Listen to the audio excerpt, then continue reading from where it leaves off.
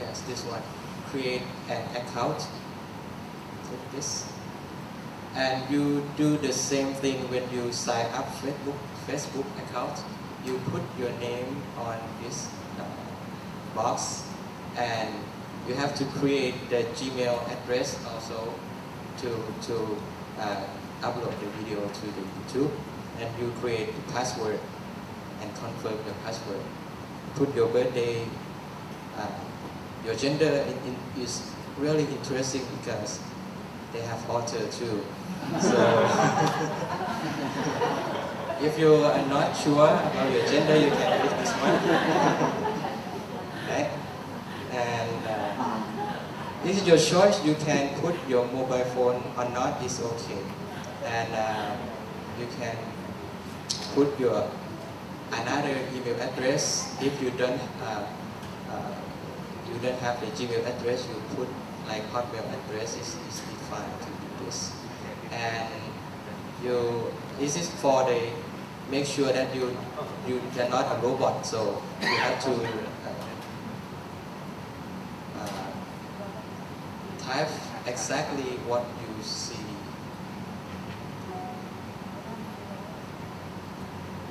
Yes, and then you gotta go to next step, and it will create your account. So because I already have my account, so I will go to account.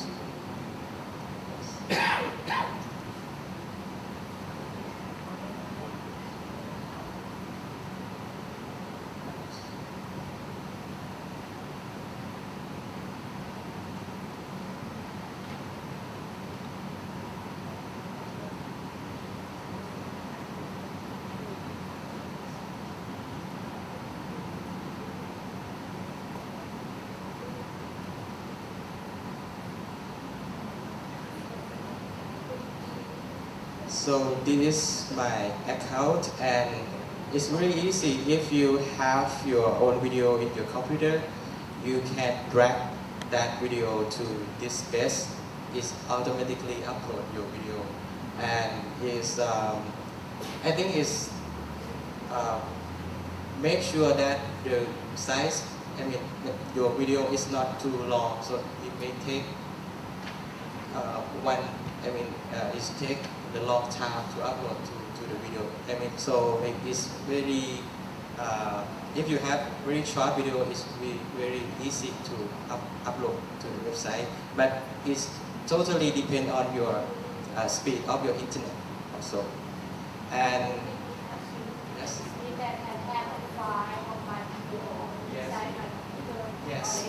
Yes, you can drag that video and drop to this space. Yes. And if you would like to upload your video from your camera from the computer, you click this one webcam capture, and it will turn on your camera on the computer, so you can talk something and record and put it in YouTube. You have to click this allow for open your camera microphone. So I will go to Alright. So it's really easy because I just put this start recording and will automatically record. I think that at the beginning you should Right. video want to explain to us.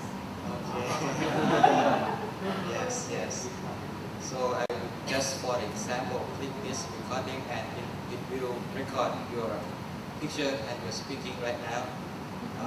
Like I would like to say that this is my wonderful day, that I have learned very much from this conference, know a lot of people, and it's a day that I go back to see my little kid. So very happy for me to go back home. Okay, so I stop recording. Right? Okay. And I said it's upload. Very easy.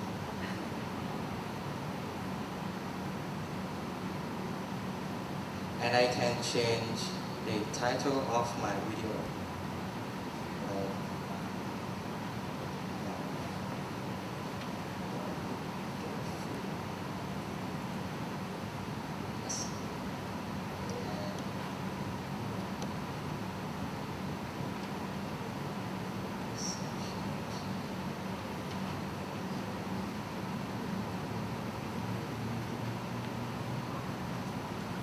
It's okay, and it will take some time to upload the video, and I'm done with this, and I can go to my page like YouTube and go to my channel here. This is my channel, and this is the last the second one, my wonderful day here. Already public, or you have to make it public? It's already public. So anyone just key Right. keyword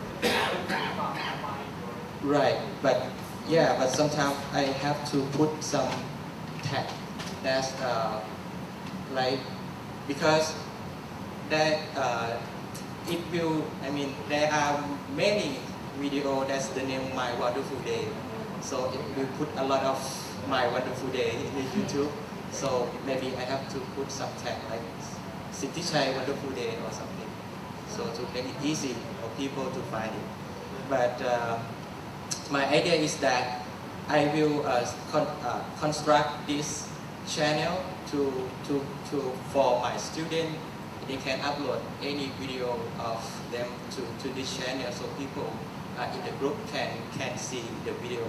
For example, if I assign them to develop the teaching materials, so I don't need them to demonstrate in the classroom. They can demonstrate everywhere they want, like in the field or in the jungle or something, and put that video in this video, and we can watch it together and make the comment on that video. Another thing I think I can use this is when my student go to the school and do their action research, they can capture very important moment in their classroom and upload to this channel, so everyone can see what happened in their classroom and make comment and actually make their evidence more valid, more strength. I think it's very interesting way to do this via the YouTube. Okay, so this is my.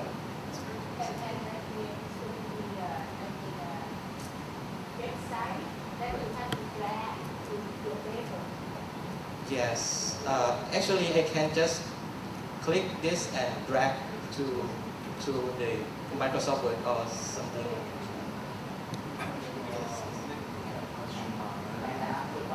Yes.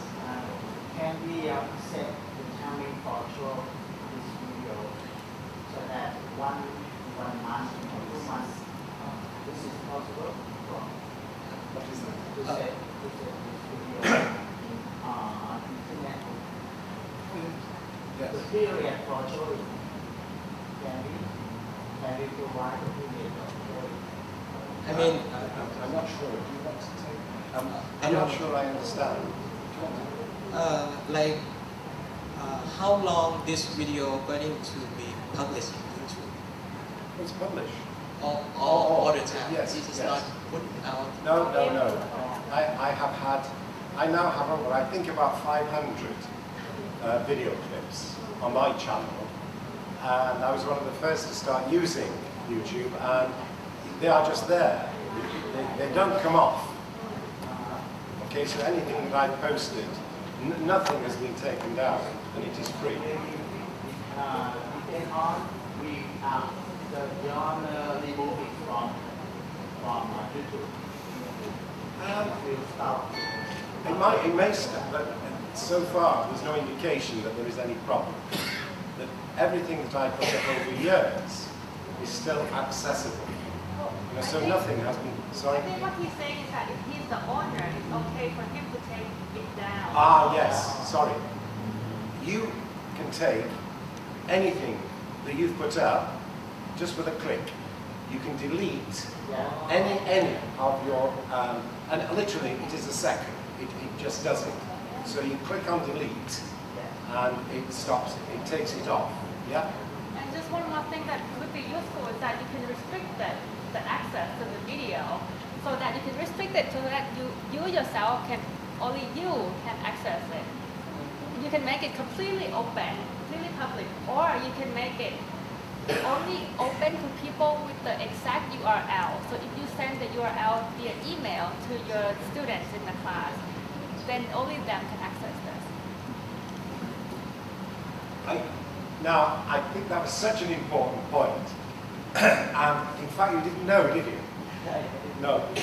So, we learn from each other that sometimes my groups say to me, Jack, we want this to be confidential to us. We don't want this to be open to everybody.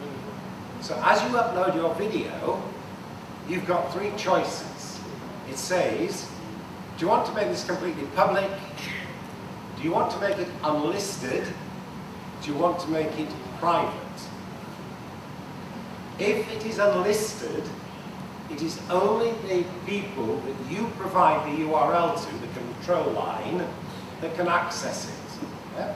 So if people have the URL, they can access it. In the private section, you've got to put the email of the person you are giving permission to view it, and only that person is allowed to see it, the people that you've put the emails in. So it's a very powerful communication for both public, for a group that you just want to watch it, or a private group that only you can say with their emails who can see it. Now, when you first start using it, the maximum time I think you can put your clip up for is about 15 minutes. Okay? But then, after you've got a particular number of clips, you get a message to say you can now put up unlimited time of clip. So I've been able to put up some of my keynotes that last for an hour, so they can have the whole keynote in relation to my own channels.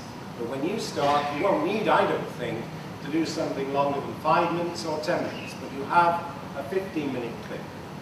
If you're offering an explanation of something to students, often 5 minutes is enough.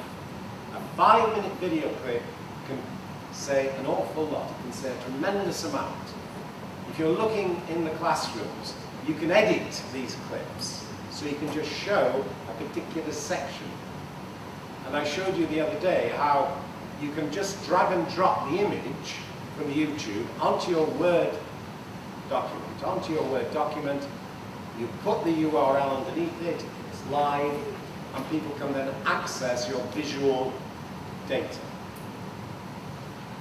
And I hope that that stimulates you, because you could create your account today. It's like your website. All of you here, with that access to the internet, could just create your YouTube account free. Many of you here have got cameras in your machines. You can actually do what we've just done, which is, as a test, you can create that, say, a 30-second or a 45-second statement to the camera. Just test by putting it into that upload section, and it will come onto the YouTube, and you can then access it. But that gives you the process, it gives you the ability to draw in the visual data in a way at the moment nobody's put into their research accounts. Are we okay with that? Sure? Let me ask you. Yeah. If you write our paper, how many that we are trying to put in, and each review, how long does it take? If you look at that paper that Liz Campbell, Jackie DeLong and Liz Campbell, Kathy Griffiths and myself presented to AERA, you'll see, I think, there are about 6 or 7 clips that if people want to access them, some are important and might last 2 or 3 minutes. 1 or 2, we've said, we've put these in for information, in case you want to look at more of the data that we've gathered. So it depends on your purpose on putting your video, your visual material, into your paper. You can use as many as you like, but if you've got 4 or 5 and each has got a particular purpose, that would be sufficient. You will see with our paper, there is one which is difficult to communicate without the visual, and that is to do with what we call a flow of life-affirming energy. I can talk about that, you can see it written on a page, life-affirming energy. But until we've seen the expression, for example, in this group earlier on, there was a tremendous laughter in one of the groups. There was a surge of that energy. And if we'd captured that on the video, it would be unmistakable, the pooling of the energy that was within your group. You'll see it with Jackie DeLong. I videotaped her at an international conference, and it was in Montreal, and it was an international conference of teacher researchers. And she was asked a question about her support for teacher researchers. And you'll suddenly see this surge of energy as she talked about the support that one group of teachers gave to another. A teacher had an issue about teacher research, wanted support, and the teachers that Jackie had supported literally all came to support this individual teacher, and the pleasure that this came from Jackie, you could understand why she's been so successful in energizing teachers for practitioner research. Without that video clip, and if you move the cursor along like that, it's unmistakable. The moment that Jackie's face and body come alive with that energy and express it, and we use the clip to communicate the meaning and significance of that flow of energy. And I think at Taksim, the way in which you communicated together, the way you've actually worked together, if you videotape that and show that quality of relationship, and I know you might find this difficult, but one of your most important values from your culture, I think, is what I was getting from that book on Buddhism, the loving compassion. I think if you were to go through some of the Buddhist texts and look for the values that are at the heart of the Thai culture, you will be able to bring those in to the visual analysis of that data and to say, these values are being lived. You can see me expressing these values in my practice with colleagues and with students. And this could be your highly original contribution to educational knowledge, coming out of the Thai culture into the rest of the world. Because each culture that I've actually talked in and done workshops in has got something quite unique about itself that have generated and been developed over centuries. You know, that sense of the socio-historical influence which comes into the culture. In South Africa, there was this notion of Ubuntu. I am because we are. Nelson Mandela has talked about that on YouTube. If you Google Nelson Mandela YouTube, he will talk about Ubuntu. Now, in the Thai culture, as I say, my sense is you have got a quality of relationship that I have not encountered anywhere else in the world. It is to do with a quality of cooperation, of being together. It is a flow, I would say, of loving energy that you can communicate to the rest of the world as being very significant. So I do hope you will think about that, and that IPCT put some of the, in fact, some of the accounts, explanations into an archive, that you won't ignore these qualities. And the visual, especially, you know, I love what you did then. And what was interesting when you said, I'm not going to instruct you, right? And yet, you did instruct, and it was very good instruction. And sometimes there is a really important place for just straightforward instruction. And you did it well, but you started by saying, this is not instruction. Now actually, as I say, that was, I thought, I don't know if you agree, but I thought that was really clear. You showed, you went through the steps. I think you were wrong about the number of people that knew how to do it. You know, I think you've helped. I saw people, if you like, looking, how do we create our YouTube account? You know, how do we do this? So if you've got issues about how to do it, do please ask before the end of the workshop, because there are certainly 3 of us in the room that actually know how to do this. And I'm hoping that everybody will feel it's important enough to do. Now, before I go on, if you like, to the final session, and we have a bit of a break in about 10 minutes, could I just ask, is there anything else that I should be covering? Have I forgotten anything from your emails? I think focused, as I say, on that very exciting one you asked about how do you write up the Action Research account, and I've given you that one as a template, which I think is a really good example of the use of that task wheel. The data analysis comes into the form of that. Now, could I just ask, is there anything else that you're feeling you really do want to be dealt with, that you want to really think about here, before the end of the workshop? Just think if there's anything else. Yes, please. Oh, if we cannot think of anything right now, but we go back home and we think of something, is there a good way to actually brainstorm to share it with the rest of the group? And do we have like a communication sample script, or how do you Yes, suggest doing that aside from that? Or there's an email list, right? That's one way to with follow-up questions among the group.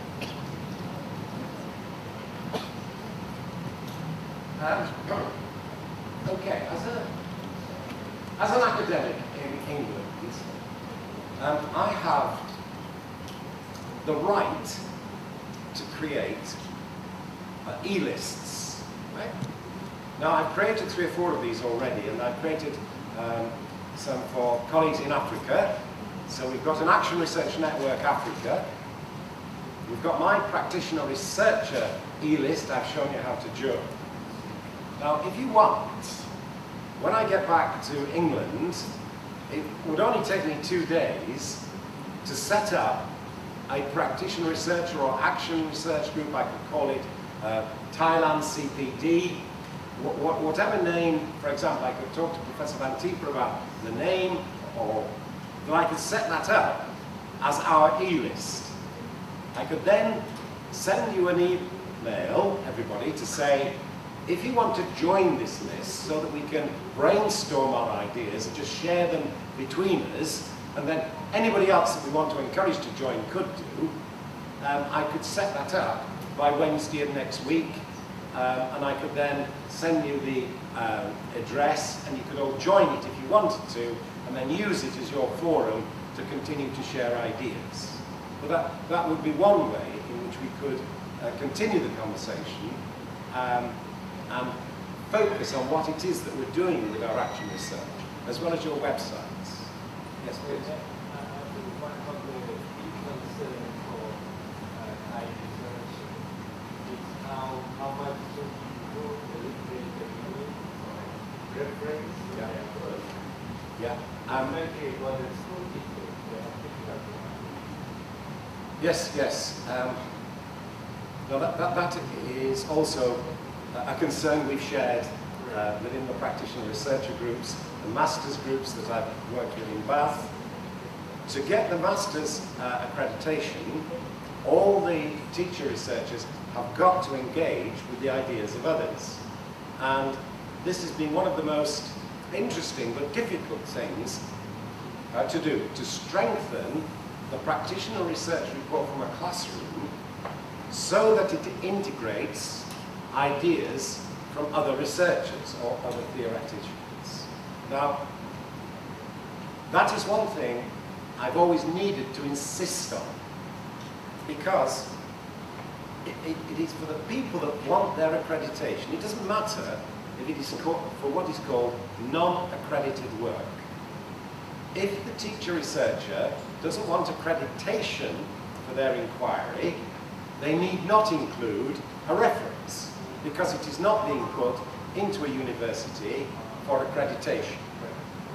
Okay, so if you are just beginning the groups, and informal work is often the best to get started, I never bother about engaging with the ideas of others in terms of the first cycle.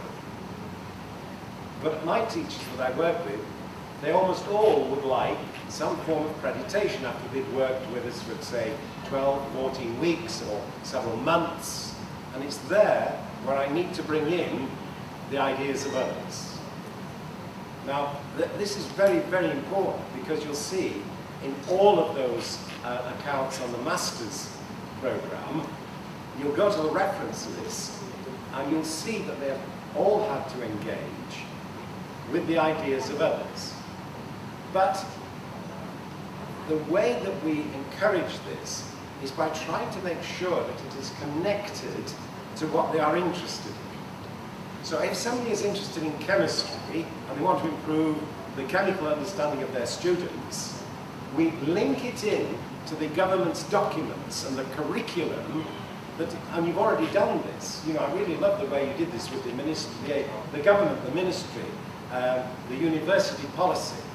So I often start with the policy documents that actually help us to understand why this particular content of the curriculum is being used in the school.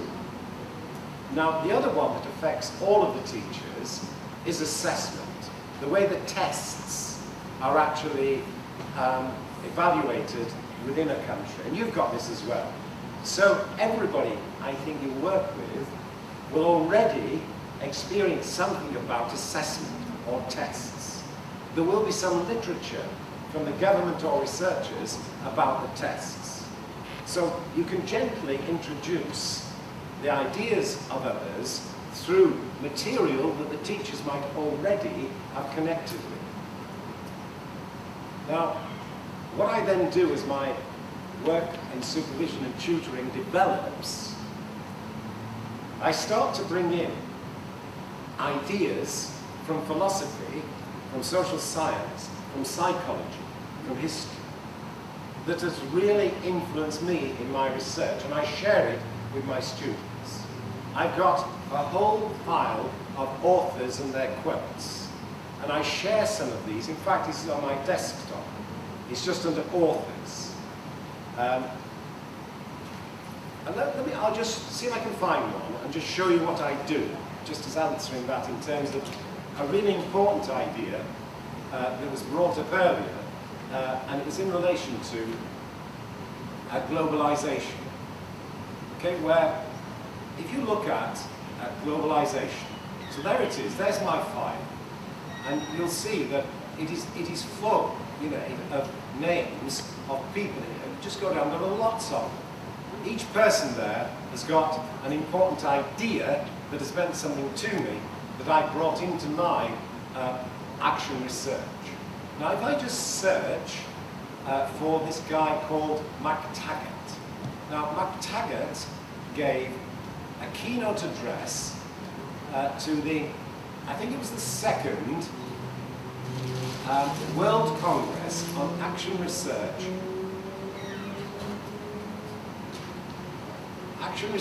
Action Learning and Process Management in Australia.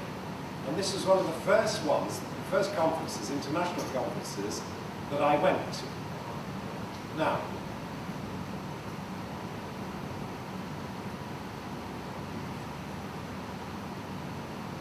how do you see? Is that, can you read that at the back? Or is that okay? Okay. So, Rita, you can see that. Yeah, okay. Now, you're all interested, I think, in globalization. You know, the way the international capitalism is influencing what is going on in the world today. There is quite a flow of money from the developed countries in Europe over to the Asian countries. And you can see the economies of the Asian countries, of China, of Thailand and others, doing well in terms of growth in comparison with the European countries. Now, this is about the free flow of capital. The market economics and economic rationalist policies have meant that the cheaper labour costs in the East Asian economies have led companies to move quite a bit of their manufacturing over to the East Asian economies. The so-called developed countries, and if you looked at this problem of Detroit on the news 2 nights ago, you'll see that they may go bankrupt. That whole area might be going bankrupt because the car industry has actually been completely wiped out. Now, it's beginning to recover a little, but you look at what the car industry in South Korea, I mean, my wife's car is actually now a South Korean car, it's the Hyundai. So you can see that the economy And the economic rationalist policies really matter. So when you ask me, how do I bring in my understanding and engage with the literature on economic rationalism, this is the quote I always use. And it comes from a man called Brodie, but it was in the MacTaggart quote. And this is how you know how to reference MacTaggart. I think it's called R, Reductionism and Action Research, Technology versus Convivial Forms of Life. And this was a keynote he gave in this conference on Transforming Tomorrow Today. Now, I'll just read you this because this is the quote that I would bring in to show my understanding of globalization and economic rationalism and why my action research was, if you like, resisting the power of economic rationalism to reduce the importance of values, to reduce the importance of spiritual values and other values other than the economic one. But just see if it makes sense to you. The new economic rationalism, worldwide phenomena, which guides not only the conduct of transnational organized, but governments. It's doing it with increasingly efficacy and pervasiveness. Economic rationalism is not merely a term which suggests the primacy of economic values. It expresses a commitment to those values in order to serve particular sets of interests ahead of others. Now, this is the key thing. Furthermore, it disguises that commitment in a discourse of economic necessity.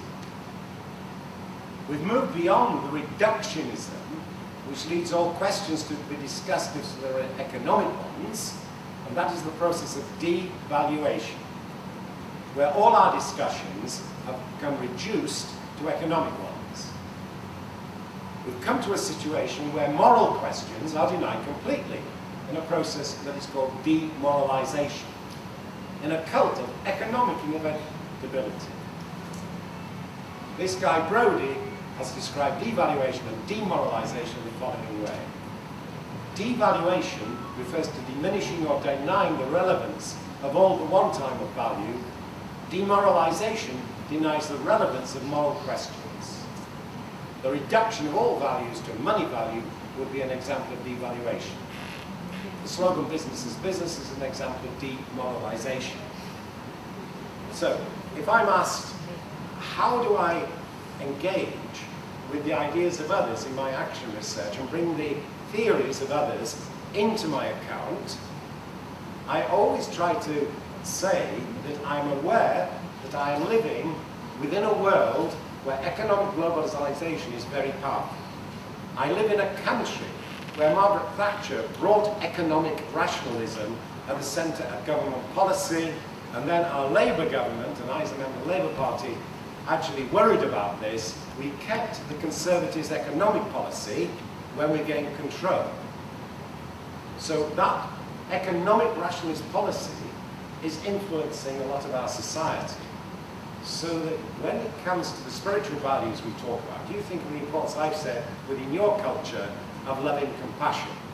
You think of my doctoral students bringing love as an academic standard of judgment to their doctoral submissions. They bring social justice in. Some superb researchers, supervised by G. McNiff in Ireland, have got social justice as a passion of theirs, which they bring into their reports. My own valuing of academic freedom, and you sense, I hope, the energy and the power with which I actually give meaning to that sense of academic freedom, are all brought into my explanations, drawing on the ideas of others. Now, this is really a vital question if you want your accounts to be seen as scholarly in terms of the international research community.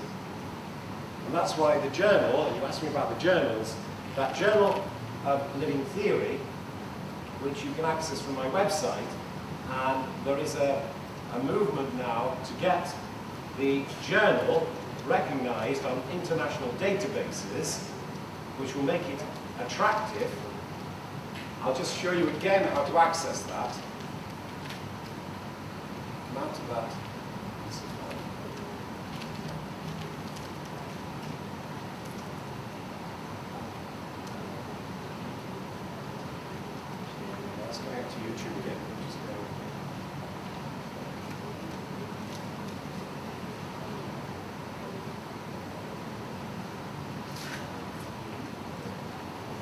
So if you go to the Educational Journal and Living Theories, on the right here, you can see how you can submit. This journal has got an open review process, so you can follow the reviewer's comments of the papers that you submit, and it provides support for developing your papers for publication. Now, each person that has got published in here, and you've got all of, not only the current issue which you get there, but the archive here in relation to published papers, all of the people have had to engage with the ideas of others, so that it fulfills the requirements of being a scholarly contribution to knowledge. But that question is really important. So when you put your explanations to your college, your evidence-based action research accounts, do please make sure that you draw insights from the ideas of others that have been relevant to you. Don't just pack your paper with references that one of our presidents of the British Education Research Association, called Michael Bassett, his presidential address was excellent, where he talked about king-making, sandbagging, genuflecting. He had these three terms that he said researchers use references badly. That he said, look, if you're going to use a reference, make sure that you engage critically with the ideas. Don't just put a whole string of references, which he called king-making, yeah? Or genuflecting, where you're just doing this to a particular person who's got a high reputation in the field, but you don't engage with their ideas. He said sandbagging is where you just pack your paper with references, but you don't really engage with them. Okay, so make sure the way you've got your references, that you've brought in an idea like that one from McTaggart about globalization, and you actually show how you use it. Now, a favourite one for me comes from the philosopher Michael Polanyi that I mentioned to you earlier, which is, if you're moving from a science department, and you're in a science department here in the university, and you're used to controlled experimental designs, and you're not used to conducting educational research in terms of your influence for learning, it took me 3 months of quite a lot of mental trauma to move from being a physical scientist, controlled experimental design, statistical analysis, to do what Michael Polanyi advised me to do in personal knowledge. And I use this quote a lot, where he said, make the decision to understand the world from your point of view as a person claiming originality and exercising your judgment responsibly but with universal intent. Now, you can hear that I've internalized that so much, it's become part of who I am and what I know.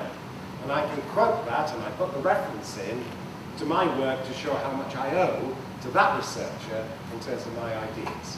And you can do the same. Each one of you, I'm sure, will have an idea from someone else that matters to you. Bring that into your account. Now, what I'll do in our final session is check that I've covered what it is that you feel is useful to you. Okay, so this is really important to me before I just check, in terms of all the resources I've brought on the web, that you are familiar and know how to access them. So are we okay now for our final break and then into our final session?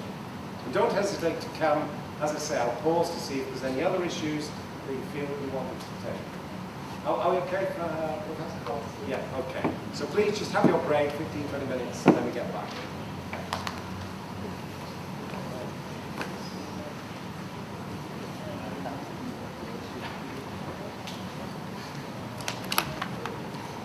I'll start, as usual, just by asking if there are issues that you want me to just continue with or to bring up that you don't feel we've covered enough.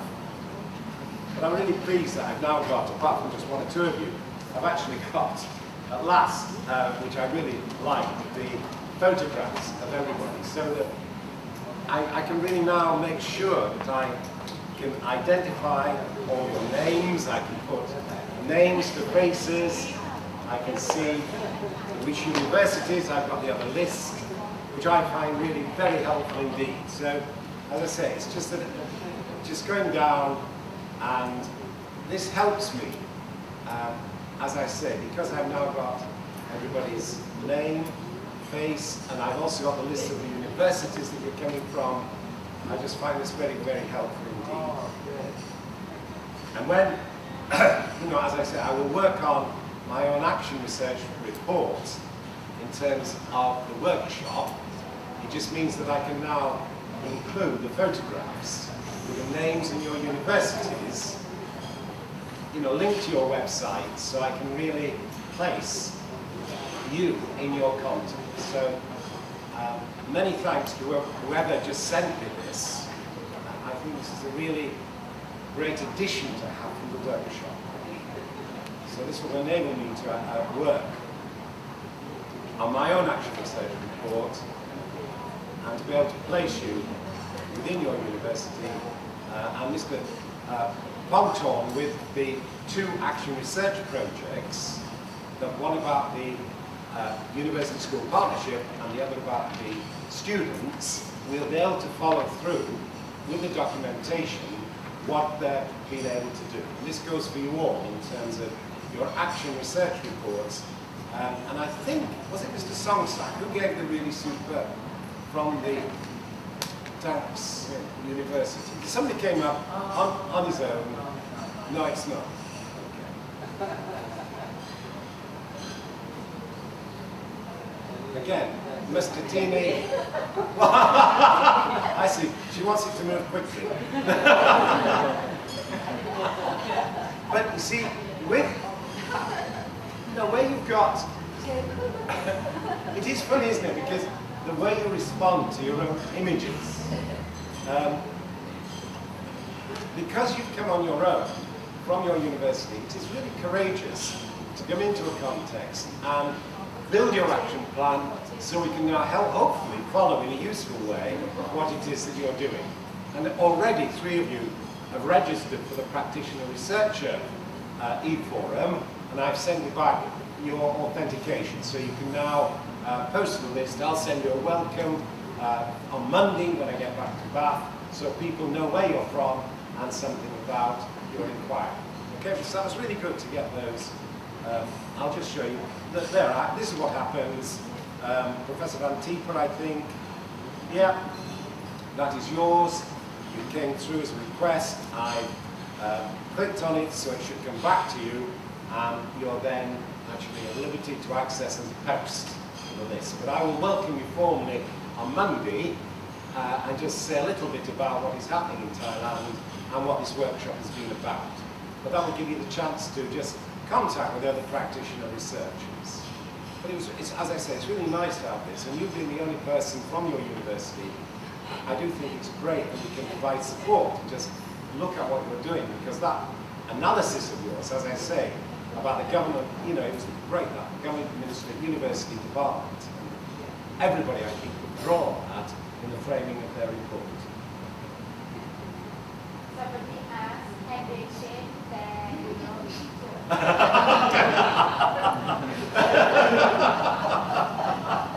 This is not flattering, you know, is that right? By all means, you know, if you wish to change, you send me another one. You know, and I will put it, I will replace it from the one on the list. So if you want to send me another picture, you think it's more flattering, please do. But it's great for me to have these, so that I can actually... Yeah. Your picture and your name. It doesn't matter.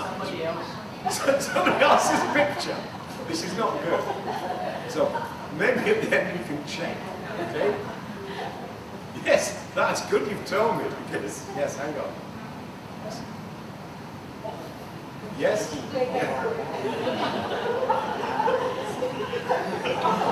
Obviously, has great pleasure in the workshop. This is the expression of great happiness.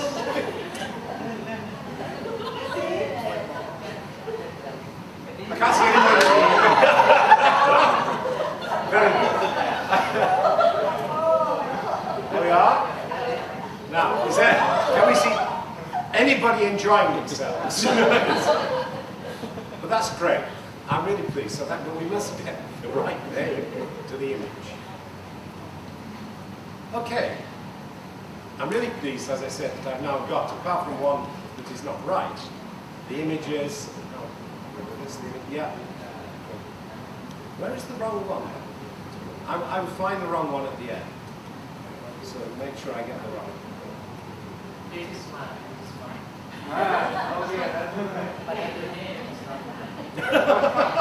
Dear, dear.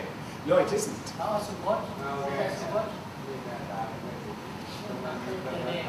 Yes, but I will change that to your correct name. I think, if I can, because this is the image that I've got. Okay? Oh, That is, right, okay. Okay. So that is okay. It's good. Great. Well, as I say, I'm really pleased with those. That's great. Now, I've got all your images, you've got your websites, the actual planners. We looked at the cultural influences that are acting on you and the internal contradictions and tensions that you know you'll have to overcome, especially that one with seniority, because you're all faced with that issue you've got over in the workshop. The last session was a lot of laughter, a lot of energy. You've got used to most of you coming up now and just talking about your inquiries, some people that have never done it before, and you felt embarrassed initially, but you see how good you are when we get the video. Now, is there anything else that you're feeling you'd like me to just focus on because you feel it hasn't been covered clearly enough yet or well enough before I just have one last go through the actionresearch.net, the resources, so that you know, again, what it is that you can access that other teacher researchers have made freely available for you.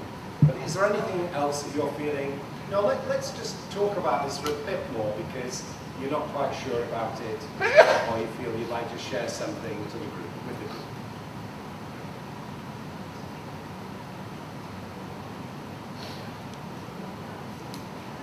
No? Okay, let's have one last run through then. The action research resources.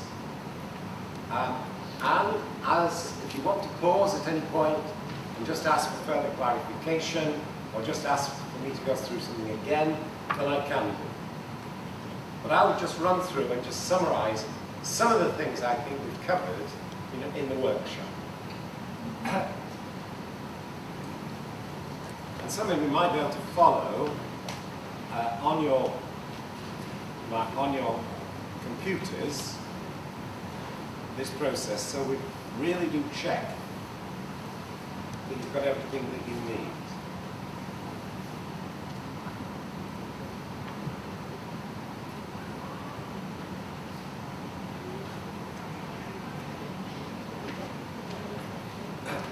Okay.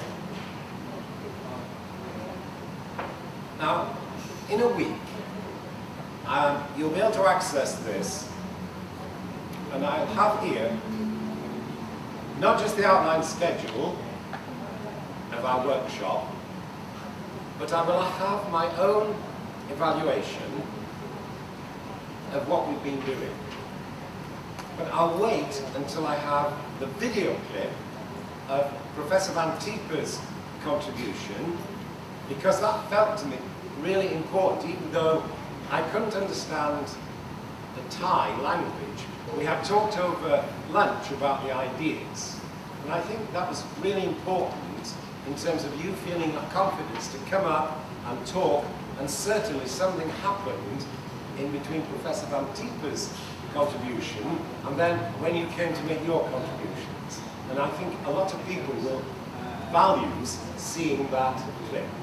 So as soon as I have that, I will produce my evaluation of my own practice in the workshop for you to criticize. Okay, so you can see whether my interpretation of what we've done is valid from your point of view.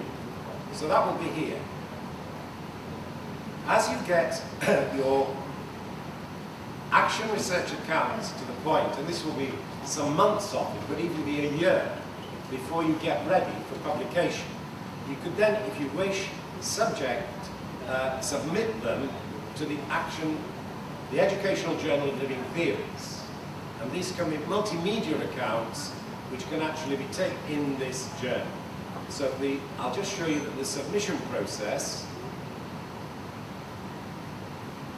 is here. How to make submissions, you just click on these and it explains how to actually submit your paper. The one that I hope you will have a look at is the special issue on digital creativity and video in the workplace. Because nobody at the moment has integrated the video with the digital media in your research report. The most advanced group, I think, in the world is at this particular centre in Dublin City University with Margaret Farron and Yvonne Rotti on e-innovations and pedagogy workplace learning. And Yvonne actually got together with her students, her master's students, to produce this special issue, which have all got multimedia inclusions that they get as they learn with Margaret and Yvonne how to integrate the videos in their research and into published papers. So I'm hoping that you will all just have a look at the kind of thing that they're actually doing. So you've got, how can I produce a digital video artifact? And this is about greater understanding amongst youth workers. A web access video to educate volunteers. And this was at the time of the Olympic Games in London, and it was all about the Special Olympics. And this is a lovely piece of work about educating volunteers and their contribution that they made at the Special Olympics. Animated video to assist newly qualified teachers. Now again, this I think will be interesting for you because of this idea of creating a safe, critical space for their students. We've talked about inquiry learning, and one of the difficulties your students face is being critical. That nobody, again, the Thai culture, I think, in relation to that sense of just being passive with superiors, finds it easy to create conversations with superiors where they can be critical. This is a little animated video to assist the newly qualified teacher in the creation of a safe, critical space for their students. And you might like to have a look at that and see if it's of any use to you in relation to the newly qualified teachers. And again, this is an issue some of you will be facing, that you've got access to ICT equipment. One of the issues in some of the Irish schools is that it's not being used as effectively as it could be, and this is a video to improve teacher engagement with Laura Sloyan's school's ICT equipment. But this is, I think, as a special issue, it just shows you how the Educational Journal of Living Theories has integrated the digital technology. I'll just point to this one because some of you, if you're going to the first issue, this is in the archives. Some of you, in relation to methodology, this is one which has been quoted quite a lot from. It was published in a book as well, but it was just my own contribution on a living theory methodology. So it's how you might conduct these, not using a template, but creating your own methodological processes as you improve your practice. So it's really focusing on your creativity. And in the other issues, you've got, from the archive, a huge range of contributions from some from Turkey, there's Canada, they're all over the world in terms of practitioner researchers with similar issues, I think, to your own. So that's the Educational Journal of Living Theories. You all know that you'll be able to access this. You'll have our workshop of my response you can respond to. You've got all of the contributions here from recent work in the conferences. I just want to make sure that you've got access to this visual, this really is important is virtual learning space, which is this one here, which if you go back to your universities and you have access to this, you can explain what we've been doing with the use of your own action planners. So if you remember that with the Thailand CPD, these are all the sites that you've set up so far. You'll be able to just click on your own or on anybody else's and actually show what you've actually been doing. The reason I like this one, again, it had that addition of the cultural issue of seniority, which you could talk over in your universities and show them, like with John's action planner, what do I want to improve, why do I feel that something can be improved? And other people have gone further into what kind of data do I need to gather. So you've got all of those available to you. I think you were mentioning about showing the President partially what we've been doing, and you'll be able to access it at that website.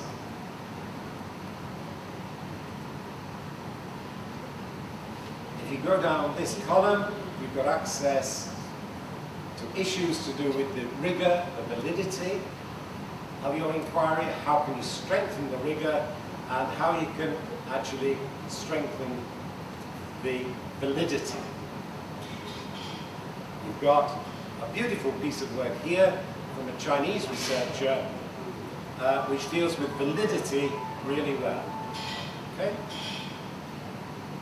But again, that's one on the living values improving practice cooperatively, which comes from that section of my website on the virtual learning space. And that, I think, is rather important for you to show when you get back to your universities and colleagues so that they can see what it is to build their own action plan. Now, in your booklet that was produced, you've got a whole series of papers, and you can explain that people can access the full text that was in this, on this action planner in improving practice. Now, the reason that I think you might find this one a useful one to show people is because it has the task wheel in it.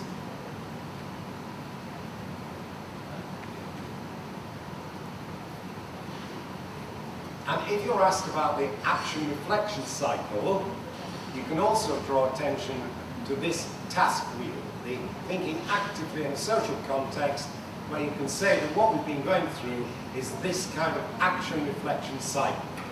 What do you already know about it? What's the task? In other words, what do you want to improve? How many ideas can I think of? Which is the one I'm going to act on? Which you think is the best one? Right, let's get on and do it. As you're doing it, ask yourself, how well did you do?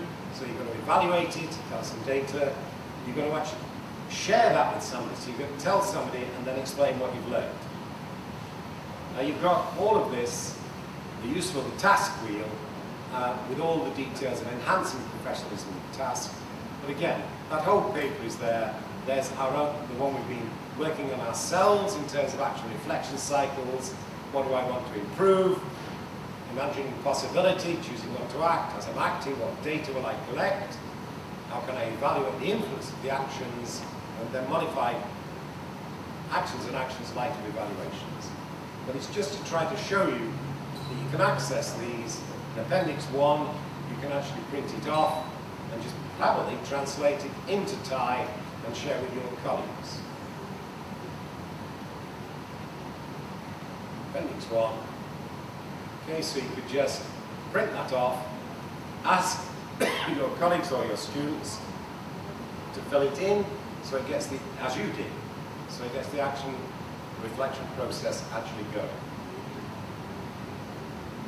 Okay, so in terms of the web pages and resources, that is what you can do to access for your colleagues here the action planning and improving practice. Left hand, if you ask questions about the validity of this kind of research, we'll always be asked, I think, early on, what is the validity of just studying your own practice? Can this possibly be scholarly work? You can point them to the doctoral theses that have been accredited all over the world. They're in Dublin City University in Ireland, in the UK, this is in Australia, this comes from the University of Western Sydney, all about environmental activism. You've got from South Africa, the University of KwaZulu-Natal. Some of you might like this because it's actually the study of dance in primary education. The use of the flamenco in South Africa to study dance, but also to study protest. Because I didn't know until I was asked to examine this thesis that the flamenco was a protest dance at the time of the Inquisition, Spanish Inquisition. And that's why Linda Vargas thought it appropriate in South Africa at the time of apartheid to actually use dance, the flamenco, because it was a protest dance against the domination of a particular group in society. And at Gala here is a researcher in Israel. Whilst I supervise this at the University of Bath, it is all about her work with Palestinians and Israelis in a mixed college. And you know the tensions and the violence of the moment in relation to Israel, and that explores some of these tensions in her thesis. But again, that's from Israel. This is from Queensland, this is Australia again, Queensland University of Technology.